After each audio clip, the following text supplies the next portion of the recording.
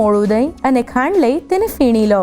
વઘારિયામાં તેલ ગરમ કરી તેમાં રાઈ, મોળું લીલું મરચું અને મીઠો લીમડો લઈ તેને સાંતળી આ વઘારને દહીંમાં ઉમેરી મિક્સ કરી દહીંનું મિશ્રણ તૈયાર કરી તેને ઠંડુ થવા મૂકી દો. ખીરું બનાવવા માટે મિક્સર જારમાં પલાળેલી અડદની દાળ લઈ સરસ ક્રશ કરી ખીરાને આ રીતે એક વાસણમાં લઈ તેમાં જીરું, મીઠું અને કોથમીર ઉમેરી સરસ રીતે ફીણી ખીરું સરસ ફૂલી જાય ત્યાં સુધી ફીણીને વડા માટેનું ખીરું તૈયાર કરી લો. ગરમ તેલમાં ખીરામાંથી વડા ઉતારી ઘાટા બનામી થાય ત્યાં સુધી તળી લો.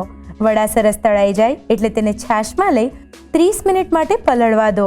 દહીં વડાને અસેમ્બલ કરવા માટે સૌપ્રથમ સર્વિંગ બાઉલમાં તૈયાર કરેલું દહીંનું મિશ્રણ લઈ ત્યારબાદ પલાળેલા વડાને નિતારી તેની ઉપર મૂકી તેના પર ફરીથી દહીંનું મિશ્રણ લઈ તેની ઉપર ગોળ આમલીની ચટણી, તીખી ચટણી, મીઠું, લાલ મરચું અને શેકેલા જીરાનો પાવડર ભભરાવી કોથમીર અને દાડમના દાણાથી ગાર્નિશ